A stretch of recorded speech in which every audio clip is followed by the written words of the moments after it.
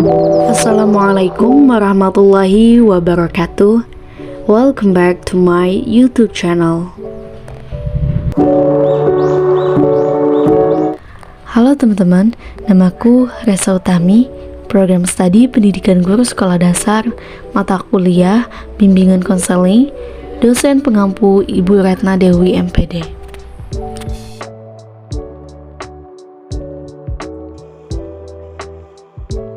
Di video kali ini kita akan membahas mengenai konsep, hakikat, dan urgensi bimbingan konseling di sekolah. Di video ini juga kita akan membahas tentang fungsi dan juga manfaat bimbingan konseling di sekolah. Selamat menonton. Pengertian bimbingan konseling. Menurut kalian, bimbingan konseling itu apa sih? Apa hanya untuk orang-orang yang bermasalah saja? Coba kita simak baik-baik video kali ini ya. Bimbingan dan konseling adalah pelayanan yang dilaksanakan dari manusia untuk manusia dan oleh manusia. Dari manusia artinya pelayanan itu diselenggarakan berdasarkan hakikat keberadaan manusia dengan segenap dimensi kemanusiaannya. Untuk manusia, dimaksudkan bahwa pelayanan tersebut diselenggarakan demi tujuan yang agung, mulia, dan positif bagi kehidupan manusia menuju manusia seutuhnya, baik manusia sebagai individu maupun kelompok. Oleh manusia, mengandung pengertian bahwa penyelenggaraan kegiatan itu adalah manusia dengan segenap derajat martabat dan keunikannya masing-masing yang terlibat di dalamnya. Nah, proses bimbingan dan konseling seperti itu melibatkan manusia dan kemanusiaannya sebagai totalitas. Menurut pendapat Smith dalam Praetno dan Amti tahun 1994 mengatakan bahwa bimbingan sebagai proses layanan yang diberikan kepada individu-individu guna membantu mereka memperoleh pengetahuan dan keterampilan yang diperlukan dalam membuat pilihan-pilihan, rencana-rencana, dan interpretasi-interpretasi yang diperlukan untuk menyesuaikan diri dengan baik. Sejalan dengan pendapat di atas bahwa bantuan untuk peserta didik, baik secara perorangan maupun kelompok, agar mandiri dan berkembang secara optimal dalam bimbingan pribadi, bimbingan sosial, bimbingan belajar, dan bimbingan karir melalui berbagai jenis layanan dan kegiatan pendukung berdasarkan norma yang berlaku. Dalam Peraturan Pemerintah Nomor 29 Tahun 1990 tentang Pendidikan Menengah di Pasal 27 Ayat 1. Di sini dikatakan bahwa bimbingan merupakan bantuan yang diberikan kepada siswa dalam rangka upaya menemukan pribadi, mengenal lingkungan, dan merencanakan masa depan. Bimbingan dalam rangka menemukan pribadi mengandung makna bahwa guru pembimbing memfasilitasi siswa agar dengan keinginan dan kemampuannya dapat mengenal kekuatan dan kelemahan dirinya sendiri serta menerima secara positif dan dinamis sebagai modal pengembangan diri lebih lanjut. Tumbuhnya keinginan siswa untuk mengenal kekuatan dan kelemahan diri menjadi sangat penting, karena hal itu menunjukkan adanya motivasi dari dalam diri siswa dan bukan keinginan orang lain atau paksaan dari guru pembimbing. Bimbingan dalam rangka mengenal lingkungan mengandung makna bahwa guru pembimbing memfasilitasi siswa untuk mengenal lingkungannya dengan baik, termasuk lingkungan yang ada di luar sekolah. Kemudian yang terakhir adalah bimbingan agar siswa mampu merencanakan masa depannya. Mengandung makna bahwa guru pembimbing berupaya memberikan masa depannya dengan pertimbangan yang matang terhadap masalah pribadi serta pengenalan yang benar tentang lingkungannya. Nah, selanjutnya yaitu hakikat bimbingan konseling di sekolah. Jadi fokus pelayanan bimbingan dan konseling adalah manusia. Indonesia itu merupakan negara yang sedang berkembang dalam upaya pembangunan nasional. Indonesia bertujuan untuk membangun dan membentuk masyarakat Indonesia untuk menjadi manusia seutuhnya. Pembangunan ini adalah untuk menghadapi tuntunan dan tantangan perubahan masyarakat dan modernisasi. Selain itu juga pembangunan ini untuk mengembangkan hakikat masyarakat Indonesia yang individualitas, sosialitas, moralitas, dan religiulitas. 4 dimensi inilah yang perlu dioptimalkan melalui pendidikan. Pemerintah Indonesia telah memberlakukan Undang-Undang tentang Sistem Pendidikan Nasional beserta berbagai aturan pelaksanaannya yang mencakup di dalamnya pelayanan bimbingan konseling. Nah, tujuan pelayanan bimbingan merupakan bagian tak terpisahkan dari tujuan pendidikan, yaitu tujuan pendidikan nasional adalah menghasilkan manusia yang berkualitas yang dideskripsikan dengan jelas dalam Undang-Undang Nomor 2 tentang Sistem Pendidikan Nasional GBHN tahun 2003. Bimbingan konseling adalah memandirikan individu atau suatu proses usaha yang diberikan konselor untuk memfasilitasi atau membantu konseli agar mampu mengembangkan potensi atau masalah pada dirinya sendiri. Selanjutnya yaitu asas-asas bimbingan konseling. Ada asas kerahasiaan, yaitu segala sesuatu yang dibicarakan klien kepada konselor tidak boleh disampaikan kepada orang lain sehingga akan mendapatkan kepercayaan dari semua pihak. Yang kedua, asas kesukarelaan. Artinya proses bimbingan konseling ini berlangsung atas dasar sukarela, tidak ada paksaan apapun. Asas keterbukaan, artinya klien berbicara sejujur mungkin tentang dirinya sendiri sehingga penelaahan dan pengkajian berbagai kekuatan dan kelemahan dapat dilaksanakan. Selanjutnya yaitu asas kekinian, artinya masalah individu yang ditanggulangi adalah masalah-masalah yang sedang dirasakan oleh konseli.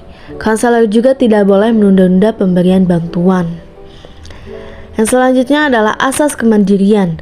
Artinya, pelayanan bimbingan konseling ini bertujuan untuk menjadikan si terbimbing dapat berdiri sendiri atau mandiri setelah dibantu.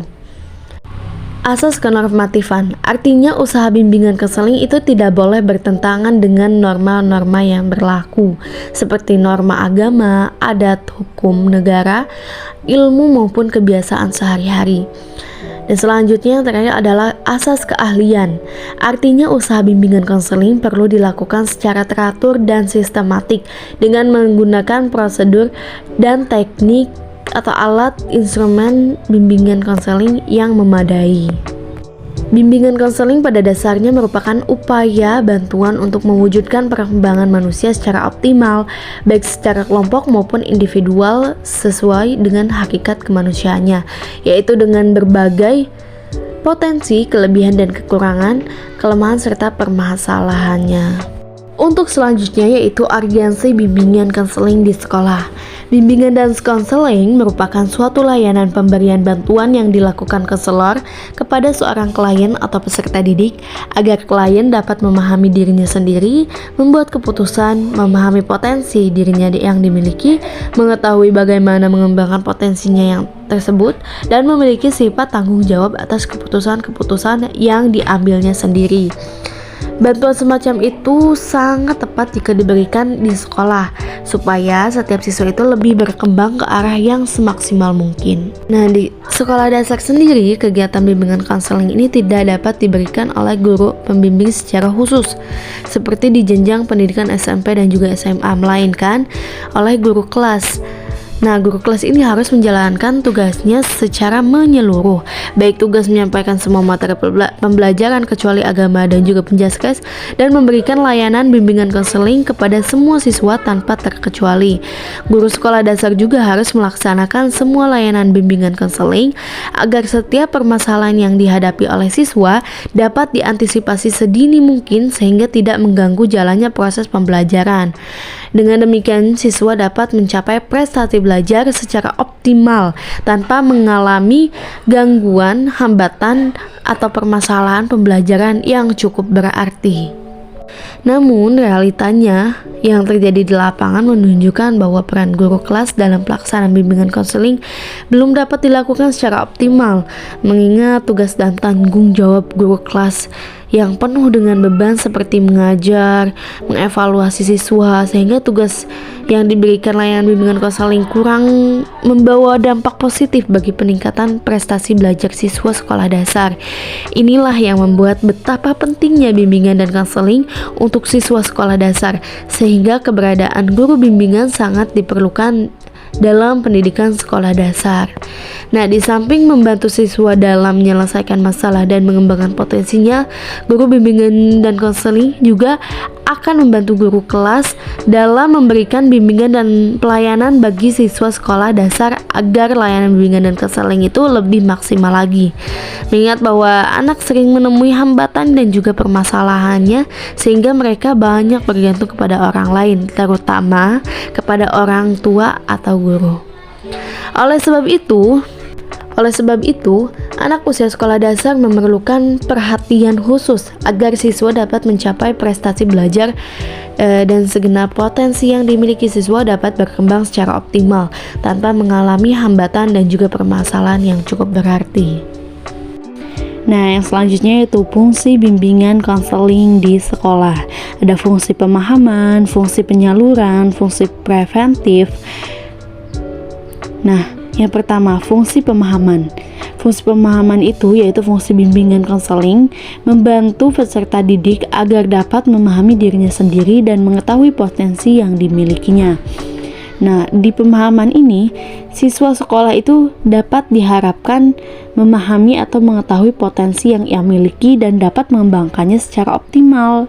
Nah, di sekolah dasar ini, peserta didik itu harus dapat mengetahui potensi yang dimiliki, karena semakin dini siswa mengetahui potensi yang dimilikinya akan semakin optimal potensi yang dikembangkannya itu.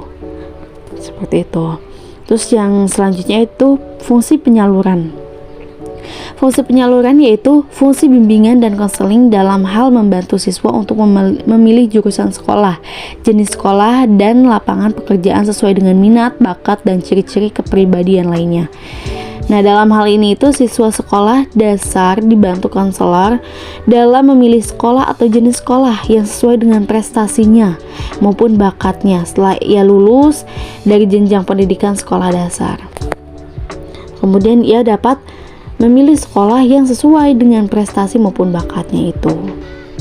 Yang selanjutnya adalah fungsi preventif, yaitu fungsi bimbingan konseling yang berkaitan dengan upaya konselor untuk senantiasa mengantisipasi berbagai masalah yang mungkin terjadi dan berupaya untuk mencegahnya supaya tidak dialami oleh siswa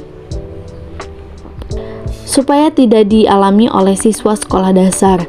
Melalui fungsi ini, konselor itu memberikan bimbingan kepada siswa tentang cara menghindarkan diri dari perbuatan atau kegiatan yang membahayakan dirinya.